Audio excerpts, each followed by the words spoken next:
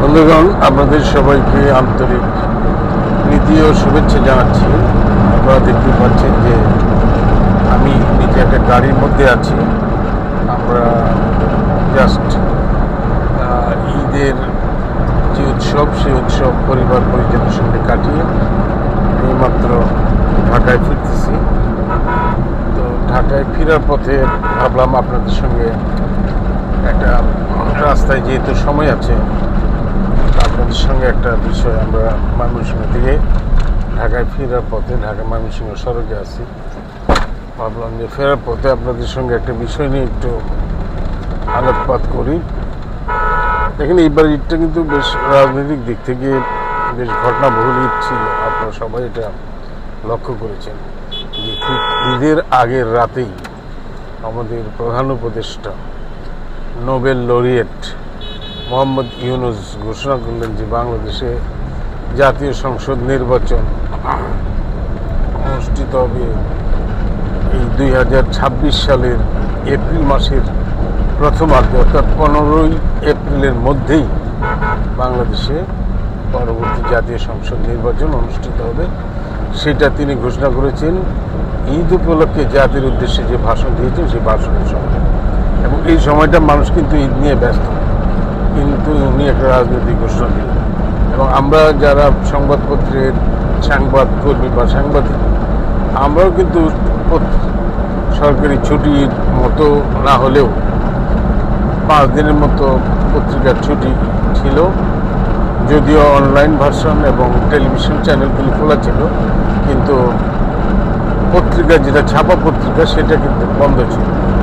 বন্ধের মধ্যে এই ধরনের একটা ঘোষণা আমাদের মাঝখানে এসেছে। তো এই ঘোষণাটাকে ঘিরে আবার নানা রকম প্রতিক্রিয়া হয়েছে। যেমন বিএনপি, যেটা লার্জেস্ট পার্টি, তারা ডিসেম্বরের মধ্যেই বাংলাদেশে সাধারণ নির্বাচন দাবি করে আসছিল যে 2025 সালের ডিসেম্বরের মধ্যে নির্বাচন দিতে হবে। কিন্তু সেটা প্রফেসর ইউনুস বলছিলেন যে জুন মাসের শেষ দিনের মধ্যেই হবে, কিন্তু তিনি অনেকটা চাপের মুখে কিছুটা এগিয়ে আনলেন এবং সেটা এপ্রিল মাসের 15 তারিখের মধ্যে নির্বাচন হবে সেটা বললেন। কিন্তু এই যে বলাটা, এটাতে কিন্তু বিএনপি সন্তুষ্ট হইতে পারে না। কারণ বিএনপি তাদের বক্তব্যটা হলো যে এই নির্বাচনটা ডিসেম্বরের মধ্যে করা সম্ভব ছিল। প্রফেসর ইউনুস যুক্তি দেখিয়েছেন যে তিনি একটা সংস্কার করবেন এবং যারা 19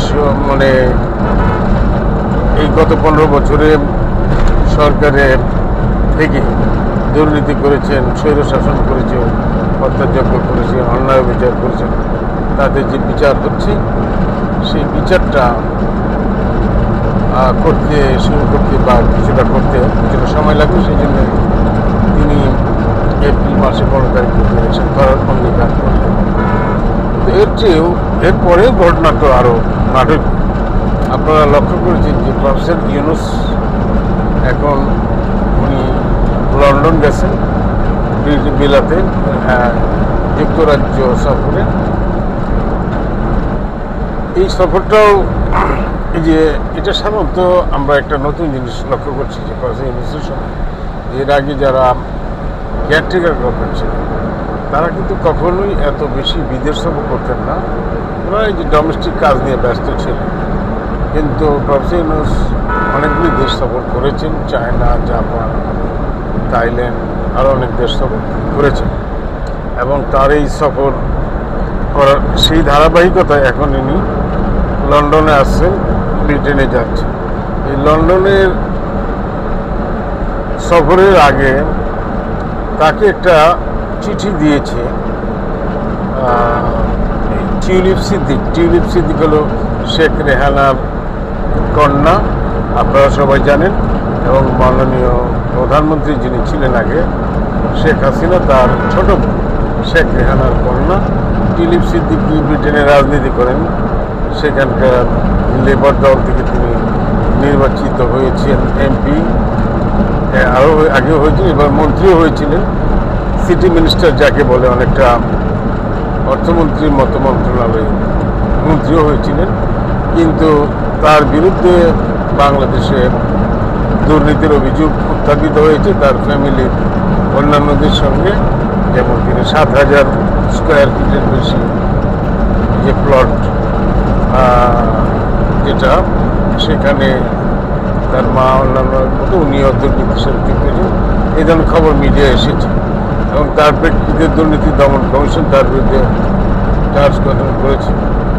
তো এই পরিস্থিতিতে এখন উনি এই একটা চিঠি দিয়েছেন প্রফেসর ইউনূসকে। উনি বলেছেন যে লন্ডন সফরকালে তিনি বাংলাদেশে লন্ডন যখন সফর করবেন তখন তিনি এখানে একটা মিটিং করতে চান প্রফেসর ইউনূসকে, এবং তিনি ক্লিয়ার করতে চান যে তার বিরুদ্ধে যে আনা দুর্নীতির অভিযোগ সেটা সঠিক, যেটা তিনি অস্বীকার করছেন, এবং এটা ওনাদের ফ্যামিলির জন্য পলিটিক্যাল মোটিভেটেড অভিযোগ তারা এনেছেন, যে অভিযোগের প্রেক্ষিতে এই মন্ত্রণালয় থেকে তিনি নিজে পদত্যাগও করেছেন মন্ত্রী হিসাবে ব্রিটিশ মন্ত্রিসভা থেকে সেটা। কিন্তু এটার সবচেয়ে নাটকের দিক হলো যে এটার এই যে চিঠিটা তিনি দিয়েছেন, এটা গার্ডিয়ান পত্রিকায় এসেছে, অন্যান্য মিডিয়াতে এসেছে, এবং উনি নিজে টুইটও করেছেন। এই যে টিউলিপসের দিক তিনি নিজে টুইটও করেছেন, এবং টুইট করে তিনি এটা বলেছেন যে তিনি এই ব্যাপারে আসে, মানে তিনি দেখা করতে চান, কথা বলছেন প্রফেসর ইউনূসের সঙ্গে। এখন কথা হলো যে এই বিষয়টা আবার প্রধান উপদেষ্টার যিনি প্রেস সচিব জনাব শফিকুল আলম, তিনি বলছেন যে এই চিঠিটা তেনারা পান নাই, মানে প্রফেসর ইউনূস এরকম কোনো চিঠি পান নাই। তাইলে এখন প্রশ্ন হলো যে তাইলে কি এই বৈঠকটা হচ্ছে কি হচ্ছে না? যেহেতু প্রফেসর ইউনূস বলছেন চিঠি পান নাই, আবার টিউলিপ বলছেন চিঠি দিয়েছেন, সুতরাং এটা দুই রকমের কথা হচ্ছে। দুই রকমের কথার মধ্যে এই বৈঠকটা হওয়ার কোনো সম্ভাবনা আমি আপাতত দেখছি না, কারণ বোঝাই যাচ্ছে যে এই ধরনের বৈঠক যে খুব বেশি হৃদ্যতাপূর্ণ হবে, যেহেতু চিঠি এখন পর্যন্ত পান নাই, সুতরাং আগামী কয়েকদিনে মানে উনি 10 থেকে 13 তারিখ পর্যন্ত সফরে থাকবেন। যদি আজকে উনি চলে গেছেন, 14 তারিখ দেশে ফিরবেন এই যে জুন মাসে, তো এই সময় যে চিঠি পাবেন এটা তো আর ডাক যুগে চিঠি যাচ্ছে না।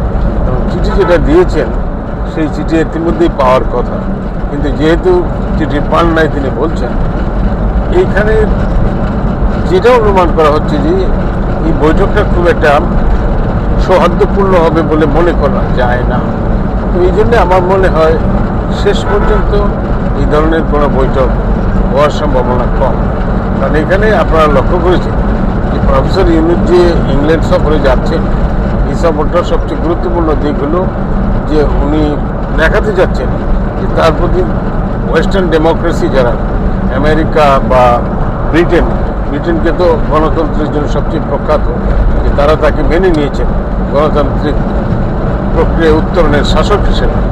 ওনারা যখন মেনে নিয়েছেন সেটা যে প্রমাণিত হবে, কারণ উনি রাজা যে চার্লস, তৃতীয় রাজা চার্লস, ওনার সঙ্গে দেখা করবেন, এবং সম্ভবত উনি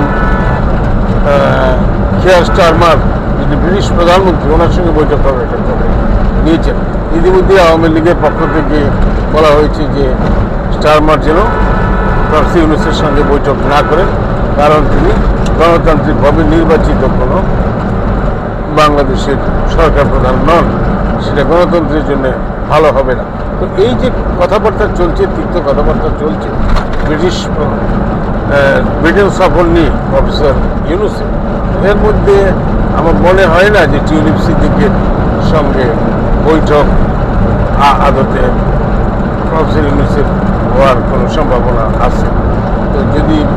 তো এই জিনিসটাই আমি আপনাদের সঙ্গে শেয়ারটা করলাম, যে আমার ওপিনিয়নটা।